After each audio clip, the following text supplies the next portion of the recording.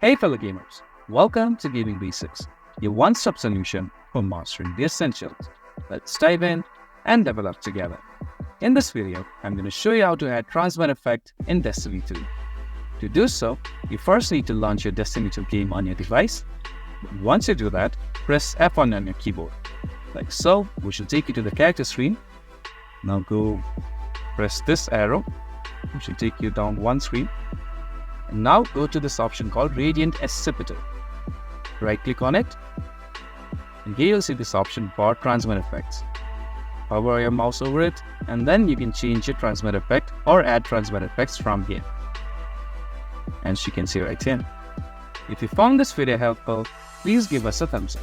And if you have any questions for us, please feel free to mention us in the comment section down below. Also, don't forget to hit that subscribe button and ring the notification bell, so you never miss out on our latest guides and tutorials. This has been your host Sace. Happy gaming!